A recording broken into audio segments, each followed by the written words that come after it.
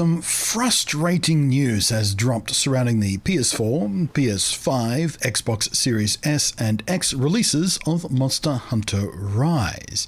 Hello again, I am Blunty, and sadly I was fully anticipating this particular bit of news already. But at least now it has been officially confirmed by Capcom directly, breaking our little monstery hearts. There will be no physical release for Monster Hunter Rise for the new platform ports about to launch next month. This is frustrating for a few reasons. Number one, as it stands, there is only one physical release for Rise, and it is of course the original Nintendo Switch version.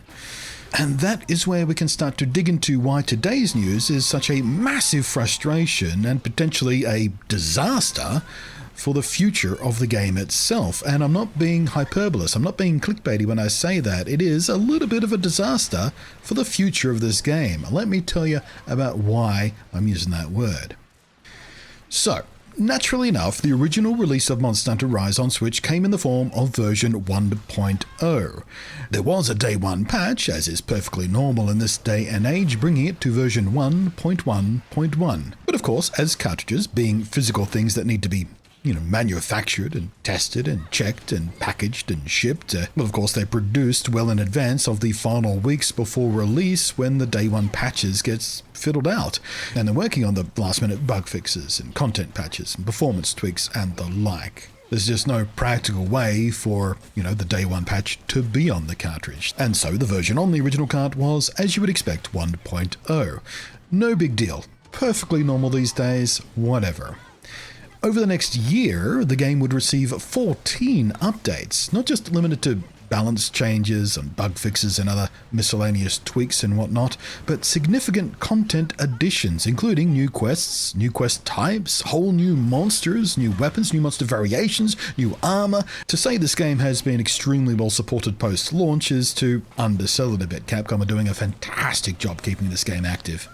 But in fact, thanks to the World Event, Rise hit its release date in a literally unfinished form. Even with the day one patch, the game wasn't all there. The core story itself was incomplete.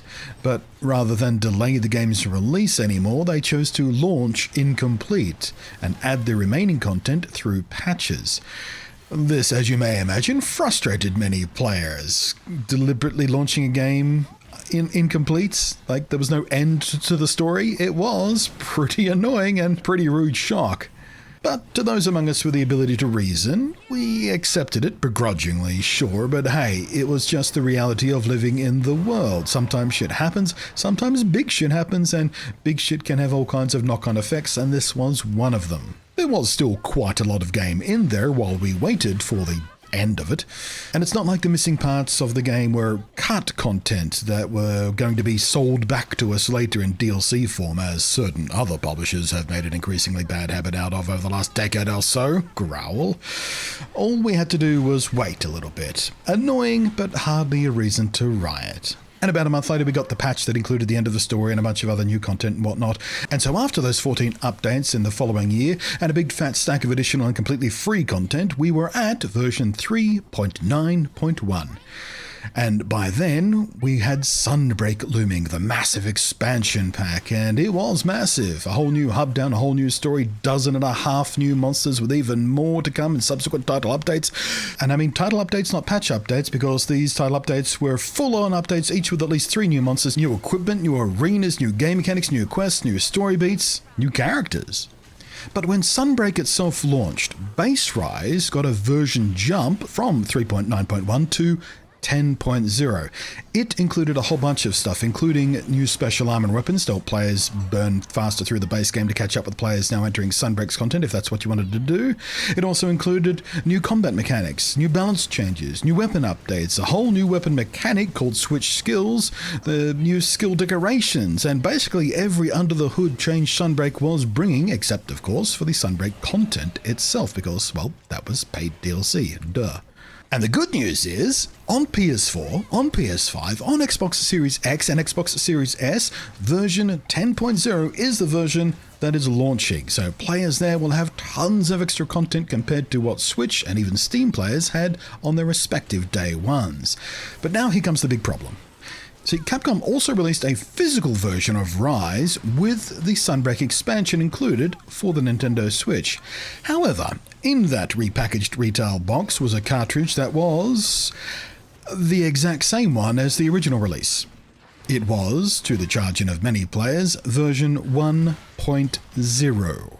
Not even the day one patch was included on this new release, much less actually being up to date at version 10.0.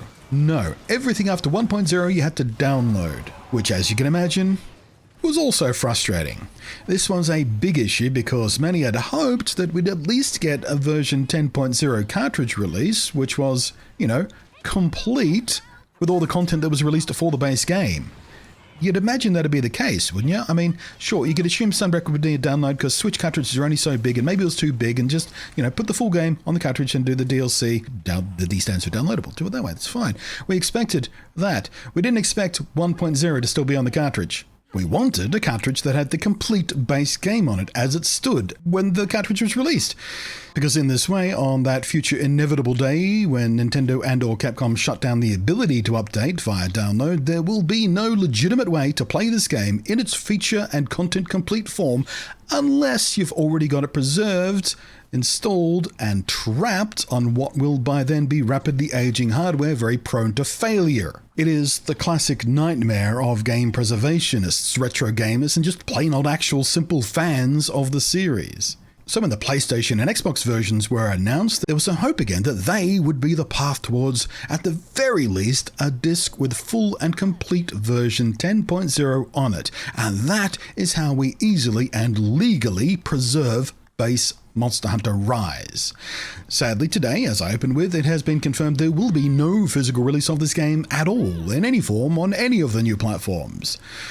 So, as is all too often the case these days, hacking and piracy are the only practical paths left to properly preserve this game in an ongoing and secure way. And it's honestly really sad that companies like Capcom only care about their product for as long as it can bring in fresh cash and pay no mind at all to its full useful life, or the people they're actually selling the game to in the first place, and the fact that in many of us, in 10 or 15 years' time, we might want to dig it out again and celebrate its joy once more, and we can't do that if the cartridge doesn't even have the whole game on it. I can easily do that with the likes of my old Pokemon games. The full game is right there on the cartridge. Hell, even the save file is on the cartridge too in that case. A few months ago, I put an Xbox 360 Spider-Man game and gave that a playthrough. Made a video all about it and stuff. Zero issues there. The whole game was on the disc. But these days, for all of the convenience of modern consoles and the download life, which I do like, it's very, very convenient, very, very fast. I can have my games pre-installed, ready to go on day one, and they're fully updated at all times, and new content can just be sucked down. I love it. But it can't, or at least should not, be the only path we have available to us. And you know what? I get it. I get it from Capcom's perspective here. They don't actually care that much about this release on these consoles. It's a port of a Nintendo Switch game coming in 20 months after the original release, and all the hardcore fan base are already on Switch or Steam or both, and now they're doing it to pick up some of the stragglers, basically. Those without the first two options. Maybe bring in some new fans who are curious about it. Being included in Xbox Game Pass will certainly help with that. I'm sure people will be very willing to give it a go for no additional cost. But this whole thing has nothing to do with existing fans of the series, really. It is basically just the start of the marketing for the new Monster Hunter game that'll follow it. And I'm not expecting any concrete news on that game until at least this time next year, I reckon, by the way. 2024 is the 20-year anniversary of Monster Hunter, and that's when most of us are expecting the big, huge new fancy game to launch out of the team that previously gave us Monster Hunter World's reinvention and global invigoration of the series in the first place. It seems like an obvious date they'll want to hit and make a big splash out of it, 20-year anniversary, right? But yeah, Rise launching on these other two consoles is more about just keeping the fanbase active and maybe bringing a few more people on in preparation for that big event. So Rise on PS5 and Xbox is really truly more of a marketing tool than an earnest provision for the players who didn't want to game gimped on the Switch or have a halfway decent gaming PC. It's to keep the fanbase humming, so it's not a huge shock to me that they're not spending the money getting physical discs stamped out and shipped around the world. Would have been nice though, wouldn't it? Maybe, just maybe, if we cross our fingers and pray to Santa really hard, maybe they'll do something for when Sunbreak expansion launches for these new platforms and all the title updates are done with and the game is truly complete in all respects. We're expecting no more new content for it. Stamp it on a disc, let us buy it, let us stick it on the shelf for that rainy day in the far-flung future. But yeah, I would not hold my breath on that one, but damn, it'd be nice to have that stashed on the shelf for that rainy day, wouldn't it? This game can pass a lot of time in the post-societal apocalyptic wasteland we'll surely be living in inside of 20 years. So there you go. Sorry to bring you that bit of sad and unfortunate news. Thank you for watching. I'm Blunty, and thank you as always to the patrons who are scrolling up above there. Their above and beyond support is wonderful. They're better people than Capcom are.